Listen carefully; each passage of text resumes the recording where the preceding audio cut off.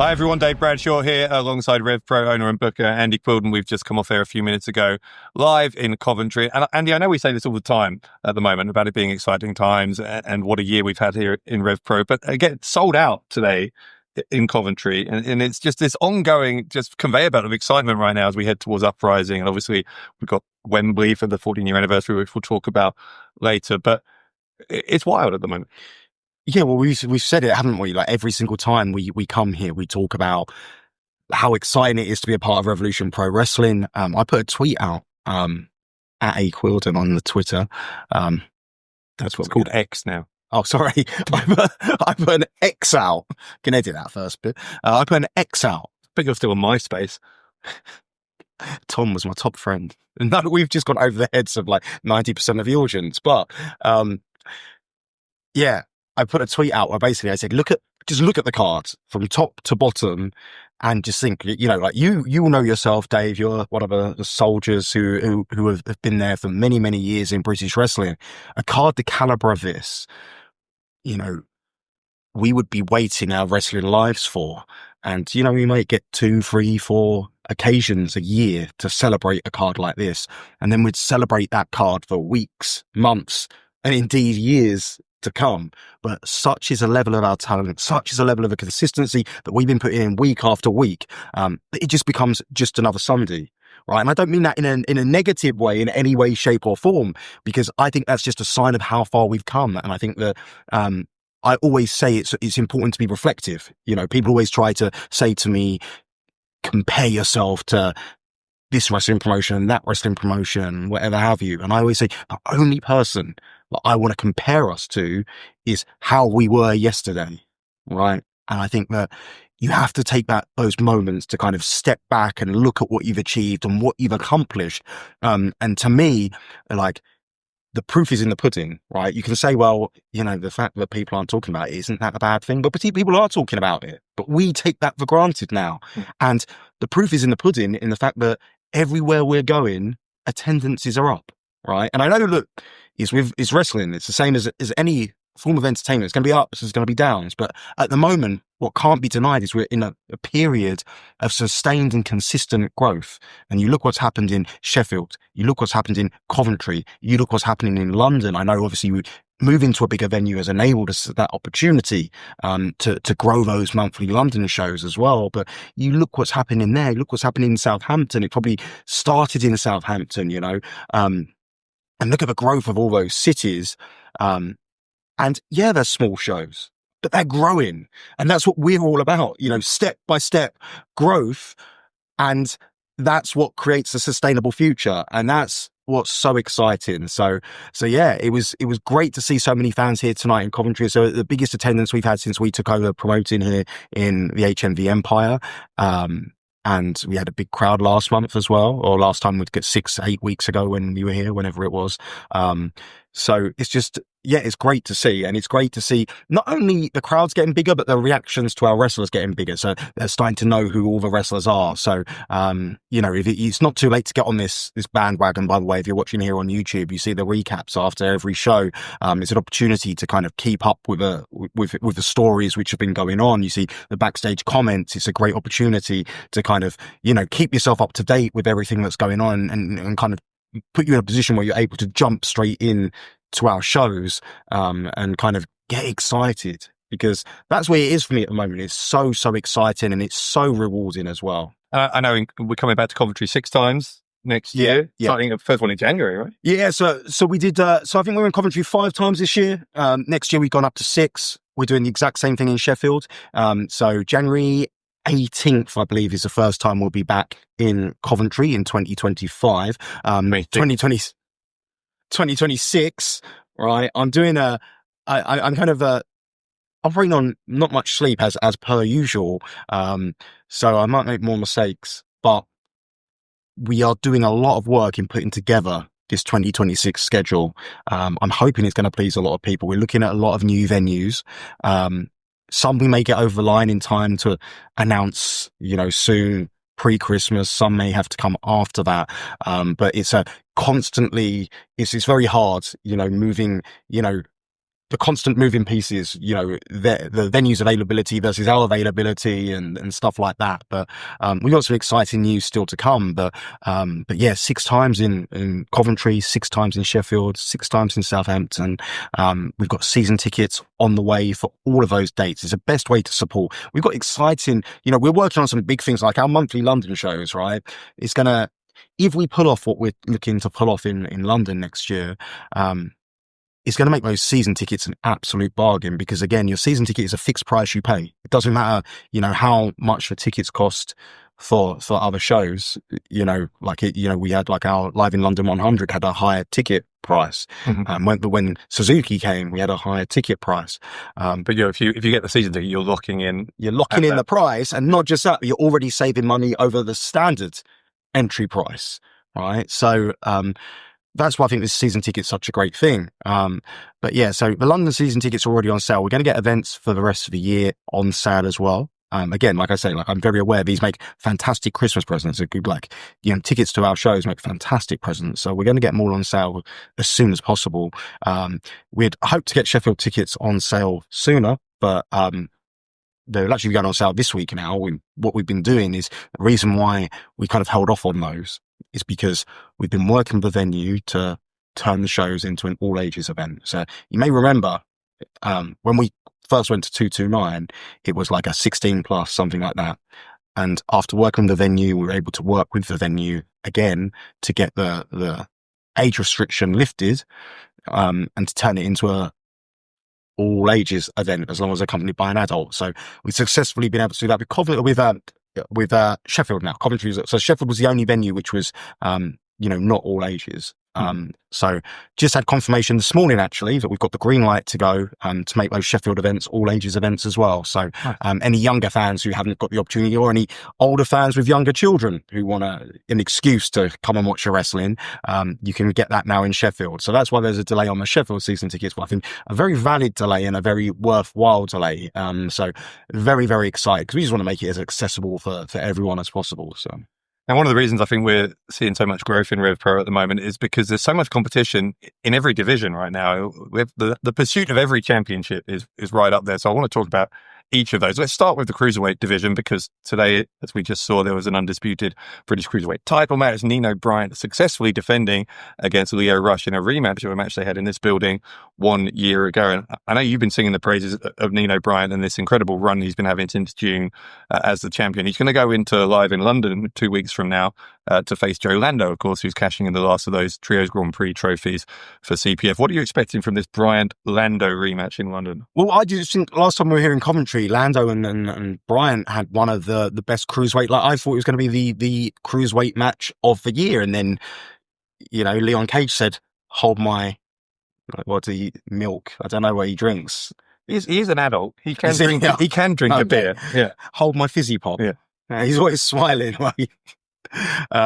So if Panda Pops was still a thing, I remember those. Again, that's over the head of most people. Yeah. Panda Pops, MySpace. I'm thinking about segueing the RevPro YouTube channel into a 90s nostalgia channel. Yeah. So I think that might prove to be more fruitful for us, maybe. I don't know. So Panda Pops. Where was I? Cruiserweight title. Cruiserweight championship. Yeah. So yeah, that I just think that Lando and Nino, Joe and Nino, they just have fantastic chemistry. They always say styles make matches, and I think that there's no doubt in my mind that Nino Bryant and Joe Lando is going to be one which is going to absolutely steal the show, one we're going to be talking about for a long time to come. But looking at today's match, it was just a fascinating contest because of the way both men, Leo Rush and Nino Bryant, approached the contest differently to their first contest. A lot of wrestling's been done between now and then, but the gains that Nino Bryant has made are second to none. And I said it on the commentary, I'm just saying it again now. I want to get on record by saying as many factually correct things as possible. I was on the Lucha Libre bandwagon a long time before WWE purchased AAA, just saying, you know what I mean? Talk to me. I know about this professional wrestling world, but yeah, Nino Bryant, just put all your stock in that young man, because he is the future of this business. The Cruiserweight Championship reign has been something else. Even from winning the British J Cup, you saw the children surrounding the ring. he makes a connection with the people that very few people are able to do. And you saw all the kids swarm in the ring when Nino won that British J Cup as a relative unknown at the time. I think that's one of the moments of the year, I thought. Absolutely. Yeah, for sure.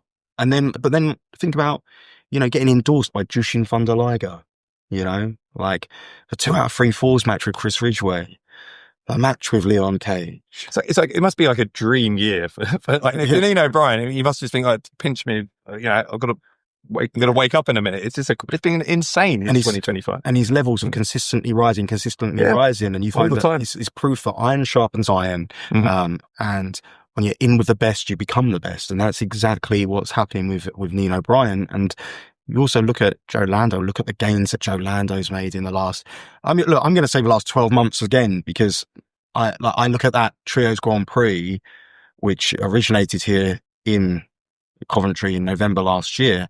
I look at that as a starting point for so much here in Revolution Pro Wrestling. It was the debut of the Flying Bright Brothers, the debut of CPF as a proper trio. We'd seen all combinations in the tag team ranks, but the debut of them as a proper trio, and that was a nucleus of the cruiserweight division just bursting into life. It's where we saw the debut of Leon Cage. So Leo Rush returned then. So there's so much stuff that happened there that has, borne fruit now. So just exciting time, exciting division. Leo Rush versus Joe Lando is a match that I wouldn't want to miss for anything. So.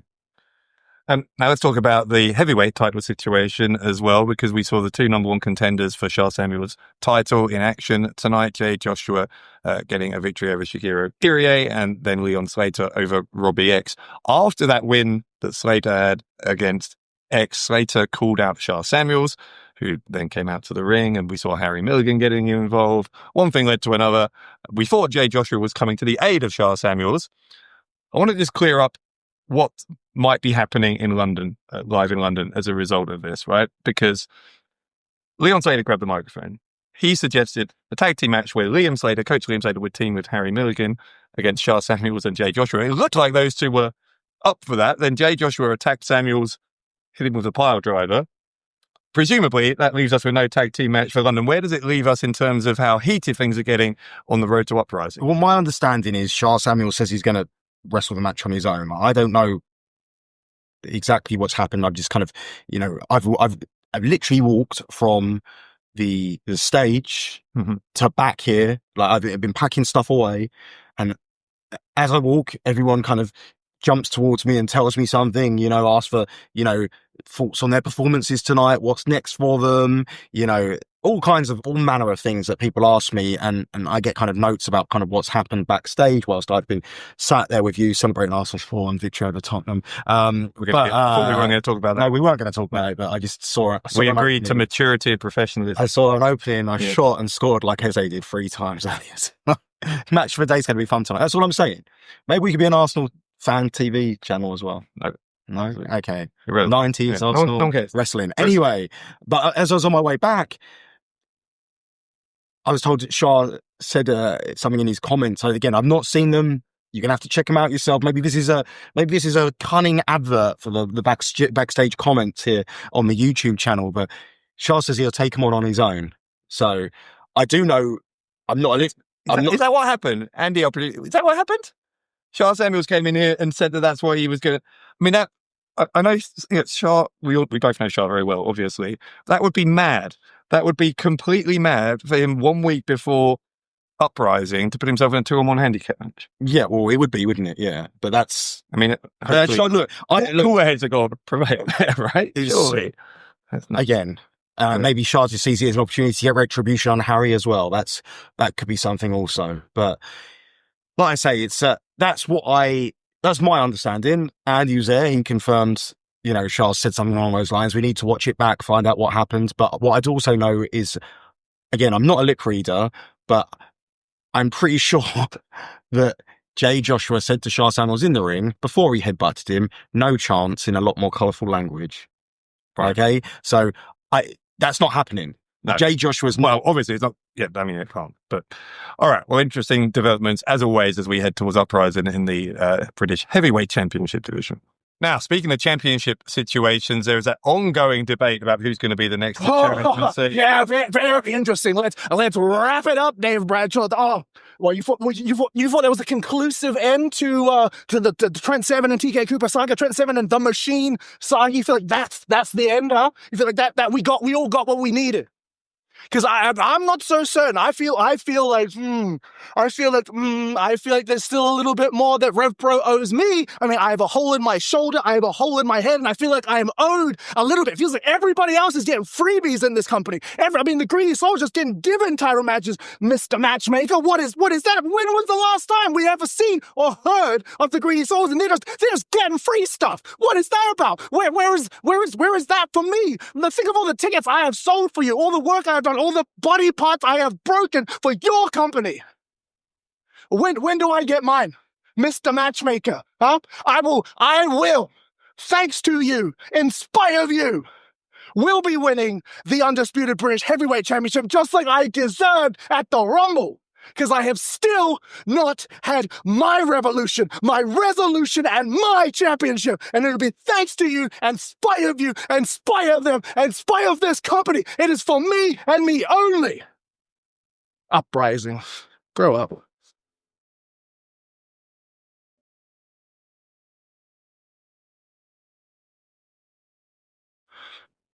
Well, look, sorry, that's shaking me a little bit, but let's talk. One thing we were going to say about today's show was that there are a couple of big rivalries that were going to be settled. I'm not going to dignify that with any more coverage other than to say that Trent Seven did get the retribution that he really needed against the Machine. Obviously, that's left the Machine furious, so we'll see how that develops. But I also wanted to ask you about the other big rivalry that we hoped would be settled today, which was between JJ Gale and David Francisco.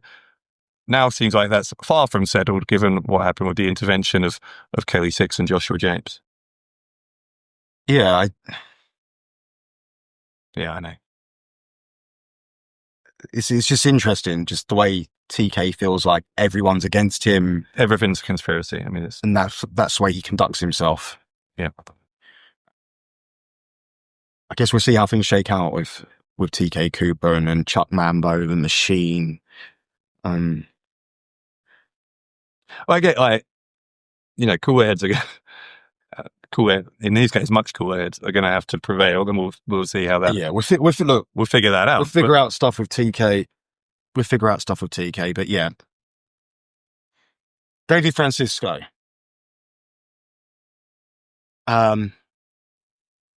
So David Francisco is someone who I feel consistently takes one step forward, but then two steps back. And I think that I was surprised when I saw the comments from David Francisco when he was, as we said, he didn't back down. He doubled down on his comments and actions against JJ Gale, which he knew was going to light a fire under JJ Gale. No pun intended, right? He knew that was going to light that fire.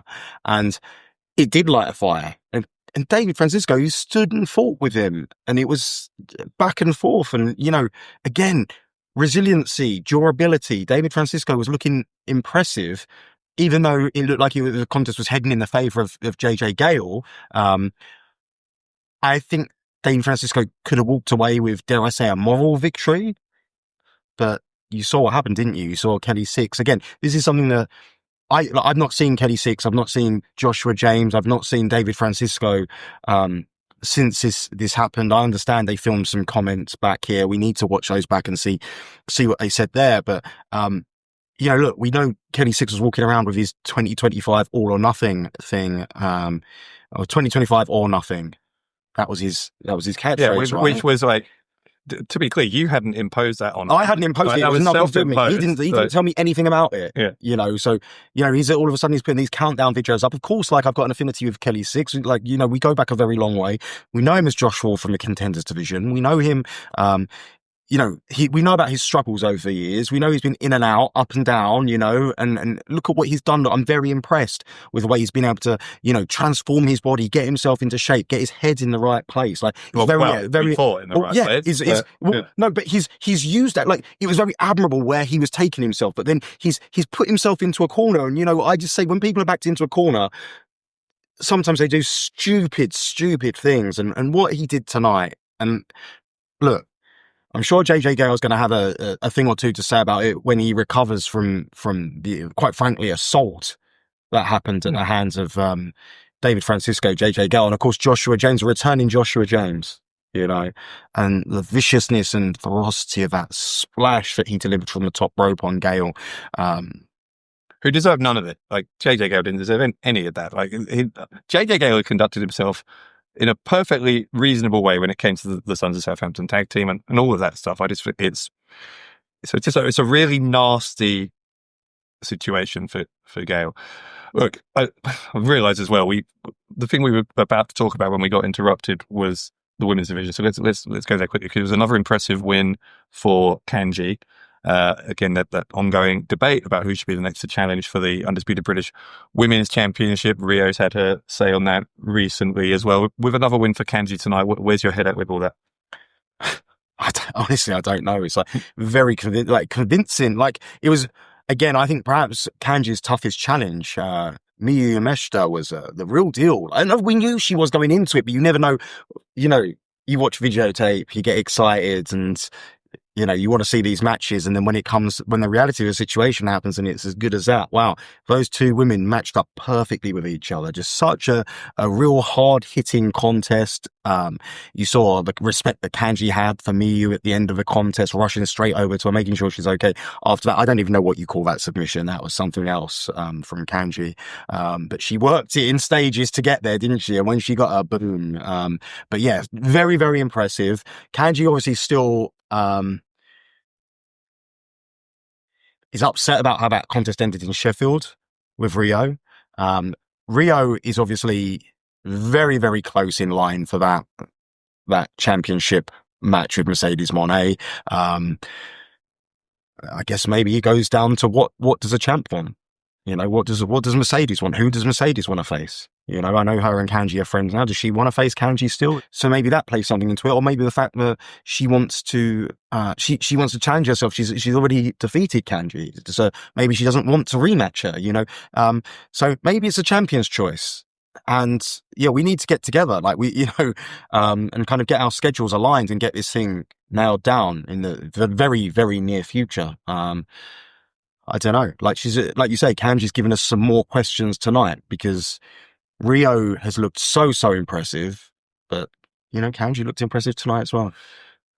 Certainly did. Look, I've kept you a long time, and obviously we were interrupted as well. So last thing I do want to talk about, but Wembley tickets are on sale. August 29th, 14-year anniversary. Let's talk about that. Let's finish on a high. Tell us more. Yeah, so tickets are on sale. They're on general sale now. It's revolutionprowrestling.com. It's got all the links to everything. And listen, I'm taken aback by how many tickets we've sold.